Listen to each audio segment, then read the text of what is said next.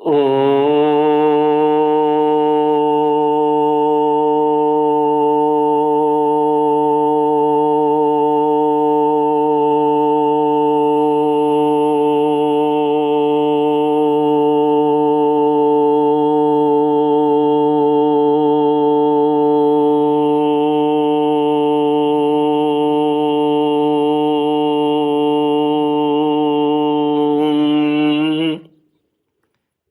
श्री गुरु चरण कमलेभ्यो नमः। श्री गणेशाय नमः। श्री सरस्वत्यै नमः। श्रीमद्भागवत भगवान की जय।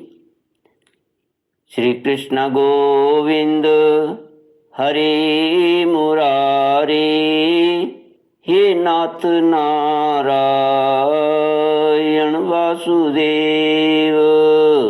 श्री कृष्ण गोविंद हरे मुरारे, हे नाथ नारायण वासुदेव। ओम नमो भगवते वासुदेवाय।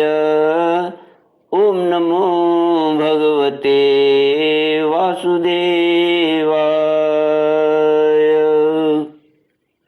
कृष्णाय वासुदेवाय हरये परमात्मने प्रणतक्लेशनाशाय गोविन्दाय नमो नमः। सच्चिदानन्दरूपाय विश्वोत्पत्त्यादिहेतवे तापत्रयविनाशाय श्रीकृष्णाय वयं नमः। सच्चित आनंद स्वरूप परमात्मा जो सृष्टि के उत्पत्ति पालन और श्रृंगार करता है तथा जीवों के आध्यात्मिक आदि दैविक आदि भौतिक तापों को नष्ट करने वाले हैं, अर्थात जीवों के मानसिक शारीरिक और भौतिक दुखों को दूर करने वाले हैं, उन श्री कृष्ण भगवान को हम नमस्कार करते हैं। श्री कृष्ण गोविंद हरे मुरारे, हे नाथ नारायण वासुदेव। श्रीमद्भागवत महात्म्य अथ चतुर्थोऽध्यायः। ऋषय ऊचुः साधुसूत चिरं जीव चिरमेवं प्रसादिनः। श्रीभागवतं माहात्म्यम् अपूर्वं त्वन्मुखाश्रुतं, तत्स्वरूपं प्रमाणं च विधिं च श्रवणे वद।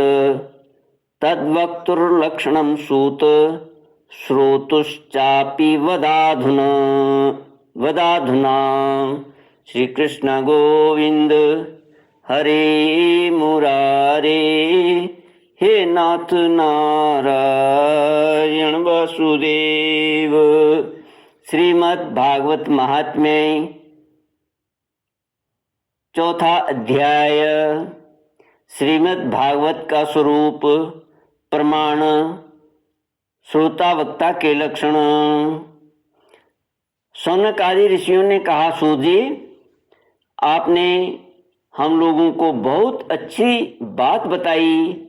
आपकी आयु बढ़े, आप चिरजीवी हो और चिरकाल तक हमें इसी प्रकार उपदेश करते रहे। आज हम लोगों ने आपके मुख से श्रीमद् भागवत का अपूर्व महात्म्य सुना है।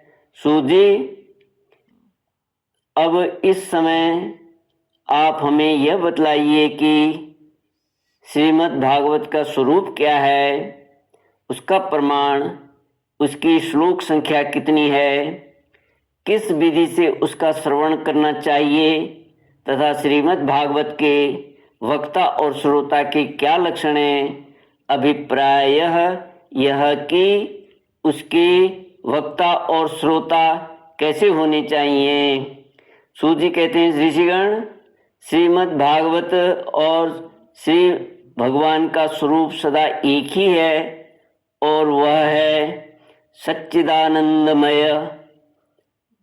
भगवान श्री कृष्ण में जिनकी लगन लगी है, उन भावुक भक्तों के हृदय में जो भगवान के माधुर्य भाव को अभिव्यक्त करने वाला, उनके दिव्य माधुर्य रस का आस्वादन करने वाला सर्वोत्कृष्ट वचन है, उसे श्रीमद् भागवत समझो, जो वाक्य ज्ञान विज्ञान भक्ति और इनके अंगभूत साधन चतुष्टय को प्रकाशित करने वाला है तथा जो माया का दर्शन करने में समर्थ है, उसे भी तुम श्रीमद् भागवत समझो। श्रीमद् भागवत अनंत अक्षर स्वरूप है, अक्षर स्वरूप है। इसका नियत प्रमाण भला कौन जान सकता है। पूर्व काल में भगवान विष्णु ने ब्रह्मा जी के प्रति 4 श्लोकों में इसका दिग्दर्शन मात्र कराया था। विप्रगण इस भागवत की अपार गहराई में डुबकी लगाकर इसमें से अपनी अभीष्ट वस्तु को प्राप्त करने में केवल ब्रह्मा विष्णु और शिव आदि की समर्थ हैं, दूसरे नहीं।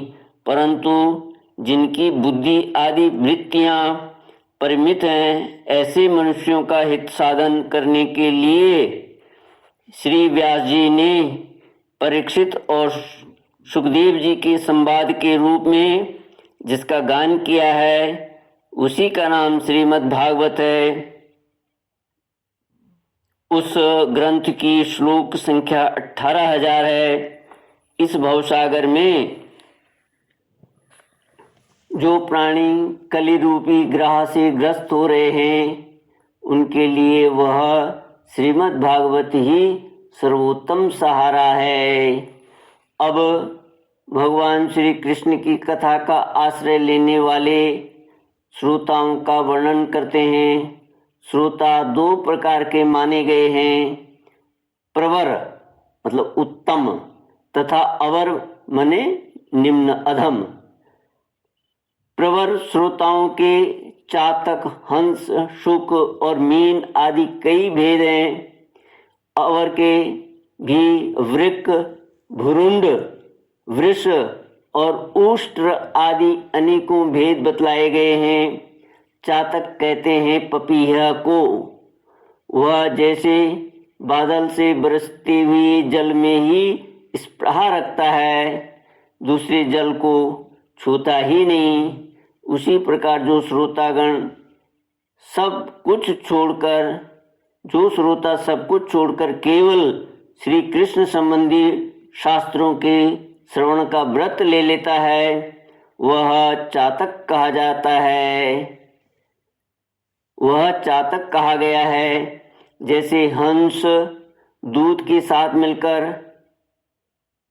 एक हुए जल से निर्मल दूध ग्रहण कर लेता है और पानी को छोड़ देता है, उसी प्रकार जो श्रोता अनेकों शास्त्रों का श्रवण करके भी उसमें से सार भाग अलग करके ग्रहण करता है, उसे हंस कहते हैं। जिस प्रकार भली भांति पढ़ाया हुआ तोता अपनी मधुर वाणी से शिक्षक को तथा पास आने वाले दूसरे लोगों को भी प्रसन्न करता है, उसी प्रकार जो श्रोता कथावाचक व्यास के मुंह से उपदेश सुनकर उसे सुंदर और परिमित वाणी में पुनः सुना देता है और व्यास एवं अन्यान्य श्रोताओं को अत्यंत आनंदित करता है, वह सुख कहलाता है। जैसे क्षीर सागर में मछली मौन रहकर अपलक आंखों से देखती हुई सदा दुग्ध पान करती रहती है, उसी प्रकार जो कथा सुनते समय निर्निमेष नयनों से देखता हुआ मुंह से कभी एक शब्द भी नहीं निकलता, और निरंतर कथा रस का ही आस्वादन करता रहता है वह प्रेमी श्रोता मीन कहा गया है। श्री कृष्ण गोविंद हरि मुरारी, हे नाथ नारायण वासुदेव। ये प्रवर अर्थात उत्तम श्रोताओं के भेद बतलाए गए हैं। अब अवर यानी अधम श्रोता बताए जाते हैं। वृक्क कहते हैं भेड़िए को। जैसे भेड़िया वन के भीतर वेणु की मीठी आवाज सुनने में लगे हुए हिरणों को डराने वाली भयानक गर्जना करता है, वैसे ही जो मूर्ख कथा श्रवण के समय रसिक श्रोताओं को उद्विग्न करता हुआ बीच बीच में जोर जोर से बोल उठता है वह वृक्क कहलाता है। हिमालय के शिखर पर एक भूरुंड जाति का पक्षी होता है। वह किसी के शिक्षाप्रद वाक्य सुनकर वैसा ही बोला करता है, किंतु स्वयं उससे लाभ नहीं उठाता। इसी प्रकार जो उपदेश की बात सुनकर उसे दूसरों को तो सिखाए पर स्वयं आचरण में न लाए, ऐसे श्रोता को भूरुंड कहते हैं।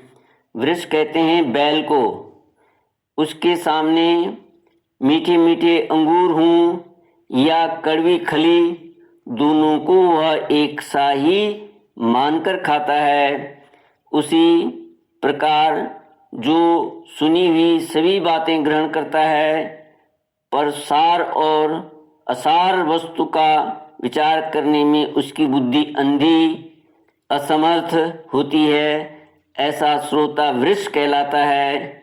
जिस प्रकार ऊंट माधुर्य गुण से युक्त आम को भी छोड़कर केवल नीम की पत्ती चबाता है, उसी प्रकार जो भगवान की मधुर कथा को छोड़कर उसके विपरीत संसारी बातों में रमता रहता है, उसे ऊंट कहते हैं। ये कुछ थोड़े से भेद यहाँ बतलाए गए हैं।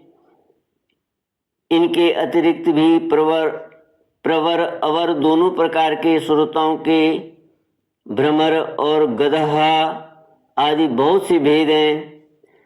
इन सब भेदों को उन श्रोताओं के स्वाभाविक आचार व्यवहारों से परखना चाहिए। जो वक्ता के सामने उन्हें विधिवत प्रणाम करके बैठे और अन्य संसारी बातों को छोड़कर केवल श्री भगवान की लीला कथाओं को ही सुनने की इच्छा रखे, समझ में अत्यंत कुशल हो, नम्र हो, हाथ जोड़े रहे, शिष्य भाव से उपदेश ग्रहण करे और भीतर श्रद्धा तथा विश्वास रखे।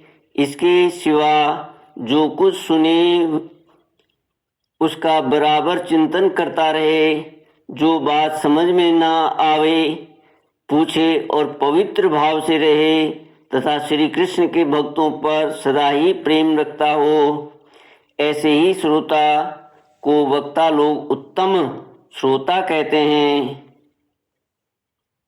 अब वक्ता के लक्षण बतलाते हैं।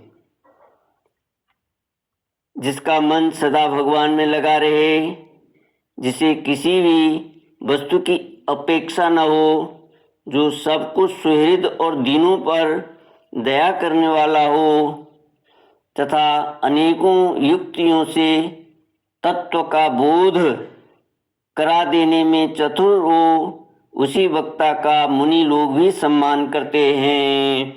श्री कृष्ण गोविंद हरे मुरारे, हे नाथ नारायण वासुदेव।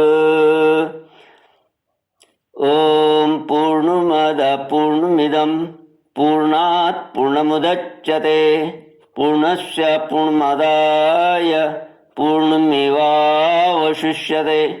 ओम शांति शांति शांति। हरि ओम श्री गुरुभ्यो